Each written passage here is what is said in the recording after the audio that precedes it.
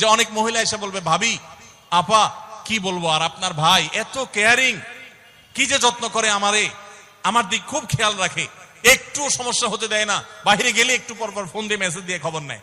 বুঝবেন যে সাক্ষাৎ শয়তান হাজির হয়ে গেছে। এই লোক হয়তো সৎ উদ্দেশ্যে বলছে, কিন্তু শয়তান তাকে দিয়ে বলাচ্ছে আপনাকে অশান্তিতে ফেলার জন্য। মনে রাখবেন, যারা নিজেদের তারিফ করে তারা হয়তো পজিটিভ মানুষ দেখে তারিফ করে, তাদের সংসারে এমন এমন অশান্তি হয় যেগুলো হয়তো আপনাদের হয় না, শুধুমাত্র শয়তান ওইগুলো আপনার সামনে হাজির করছে। খবরদার, ওইগুলো দেখে খুব সহজেই একে অন্যের প্রতি জাজমেন্ট করতে যাবেন না। তাহলে দাম্পত্য জীবনে সুখ শান্তির জন্য অন্যের সুখের মিথ্যা গল্প শুনতে যাবেন না। যদি সত্য গল্পও হয় তবুও মনে রাখবেন যে হয়তো সে একটা দিক তুলে ধরছে, তাদের আরো চ্যাপ্টার আছে সেটা তারা তুলে ধরছে না, তাদের চাইতে আমরা আলহামদুলিল্লাহ কম সুখে নেই। নিজেদের পজিটিভ গুলো দেখার চেষ্টা করবেন। 8 নম্বর, ক্ষমা করতে শেখা। দেখুন, ক্ষমা করতে না পারলে দাম্পত্য জীবনে কেন, কোন জীবনে আপনি কখনো সুখী হতে পারবেন না। সবকিছুকে অনেক বড় করে দেখবেন না, অনেক কিছুকে ক্লোজ করবেন, ছোট করবেন। এবং মনে রাখবেন, আল্লাহ তাআলা ক্ষমাশীলকে ভালোবাসেন। কোরআনে আল্লাহ তাআলা একাধিক জায়গা বলেছেন, যারা ক্ষমা করে আল্লাহ তাদেরকে ভালোবাসেন। আপনি যদি বলেন যে কতবার ক্ষমা করব, যতবার আপনি আল্লাহর কাছে ক্ষমা আশা করেন, আপনি আপনার স্ত্রীকে, আপনি আপনার স্বামীকে, আপনার জীবন সঙ্গীকে, যে কোনো মানুষকে ততবার ক্ষমা করবেন। আপনি জীবনে একই পাপ কতবার করেন, আল্লাহ মাফ করবেন আশা করেন না? তাহলে আপনার আল্লাহর বান্দাকে কেন আপনি ক্ষমা করবেন না? বিধায় ক্ষমা করা এটা শিখতে হবে। কখনো কোনো ভুল হয়েছে বুঝতে পারলে পণ্ডিতি না করে সাথে সাথে ভুল স্বীকার করা জানতে হবে, যে হ্যাঁ এটা আমি ভুল করেছি। হ্যাঁ, এটা স্বীকার করলে সে একটু মাথায় উঠে যাবে, সে একটু লাই পেয়ে যাবে, পাক। কিন্তু এটা একটা ভালো গুণ, পরবর্তীতে এটাকে ব্যালেন্স করতে পারবেন অন্যভাবে। ভুল স্বীকার করবেন। মেয়েদের সাথে বিশেষ করে যখন ঝগড়াঝাটি হয়, কোনো কিছু হয়, মনে করেন ঝগড়া তুমুল আকারে চলে গেছে, এখন আপনার স্ত্রী আপনার মৃত্যুদণ্ড জারি করবেন, জাস্ট এটা বাকি আছে।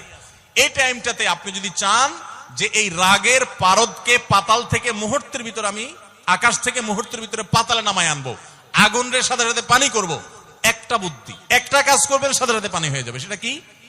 এতক্ষণ যা তর্ক করছেন, এখন বলেন যে আসলে তুমি ঠিক বলছো, আমারটা ভুল, ব্যাস দেখবেন যে আগুন পানি হয়ে গেছে সাথে সাথে। তো ভুল স্বীকার করতে পারে, এটা শুধু স্বামীরা না, স্ত্রীদের ক্ষেত্রে একই কথা প্রযোজ্য। এটা অনেক বড় একটা গুণ, বিশেষ করে ক্ষমা করতে পারা। ক্ষমা করতে যারা পারে না তাদেরকে আল্লাহ ভালোবাসেন না।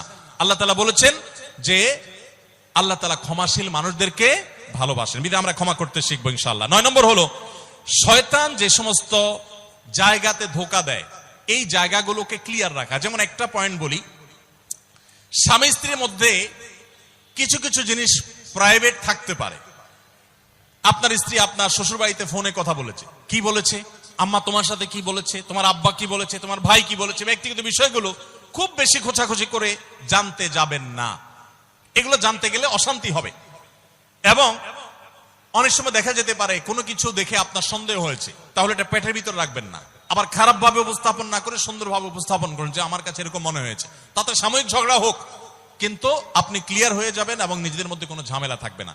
শয়তান বিশেষ করে ওয়াসওয়াসা, কুমন্ত্রণা, সন্দেহের রোগ দিয়া দাম্পত্য জীবনে সবচেয়ে বেশি অশান্তি তৈরি করে। এই জন্য সন্দেহকে কোনো স্থান দিবেন না।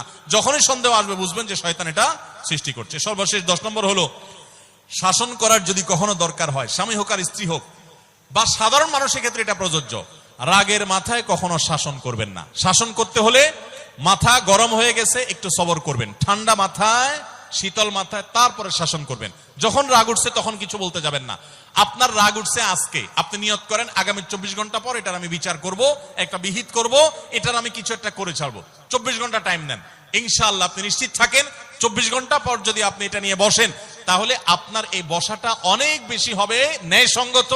এটাতে কোনো প্রকার সীমালঙ্ঘন থাকবে না, রাগের চোটে অন্যায় আচরণ হবে না, জুলুম হবে না, বাড়াবাড়ি হবে না, যথাযথ শাসন হবে।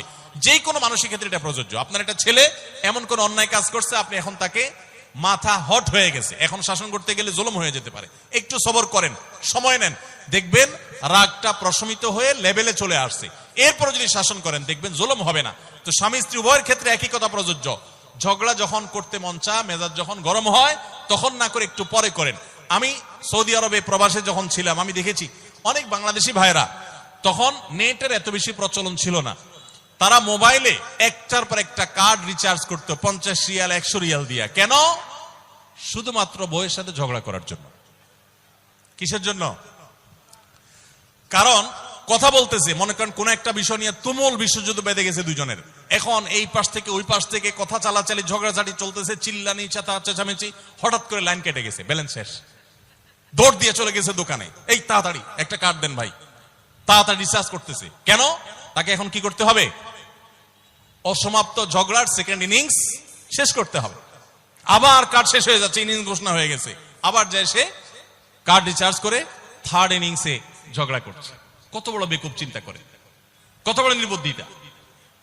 এই ঝগড়াটা স্বামী স্ত্রী দুই জায়গায় থাকেন, ফোনে যদি ঝগড়া হয়, আমি বুদ্ধি দেই যে ফোনটা যখনই দেখলেন যে ঝগড়া শুরু হয়ে গেছে, তখন সাথে সাথে মোবাইলটা অফ করে ফেলান। অফ করে 3 দিন মাত্র রাখেন, অন্য একটা নাম্বার বাটন ফোন দিয়ে আপাতত অফিসের কাজ কাম ছাড়েন, আর বইয়ের সাথে যোগাযোগের নাম্বারটা 3 দিনের জন্য বন্ধ রাখেন। 3 দিন পরে মোবাইলটা আস্তে করে ওপেন করেন। এবার নিয়তি করেন যে ঝগড়া এটাই হবে, বরে বলবেন দেখো তোমার সাথে ঝগড়া এখানে এই পর্যন্ত থামতেছে, আমরা এখান থেকে আবার শুরু করবো ইনশাল্লাহ 3 দিন পর। 3 দিনের বিরতি দিচ্ছি, যুদ্ধ বিরতি। 3 দিন পরে যদি শুরু করেন, আমি তো দায়িত্ব নিয়ে বলতে পারি, লিখিত